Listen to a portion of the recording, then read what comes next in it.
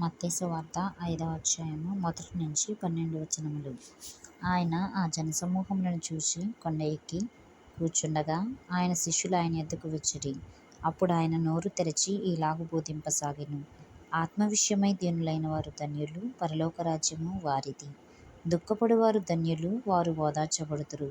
సాత్వికులు ధన్యులు, వారు భూలోకమును స్వతంత్రించుకొందురు.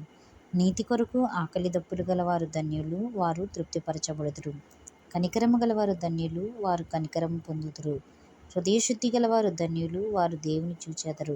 సమాధానపరచువారు ధన్యులు, వారు దేవుని కుమారులనబడుదురు. నీతి నిమిత్తము హింసింపబడువారు ధన్యులు, పరలోక రాజ్యము వారిది. నా నిమిత్తము జనులు మిమ్మును నిందించి హింసించి మీ మీద అబద్ధముగా చెడ్డ మాటలెల్లా పలుకునప్పుడు మీరు ధన్యులు.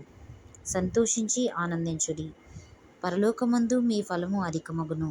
ఈలాగున వారు మీకు పూర్వముందుండిన ప్రవక్తలను హింసించిరి.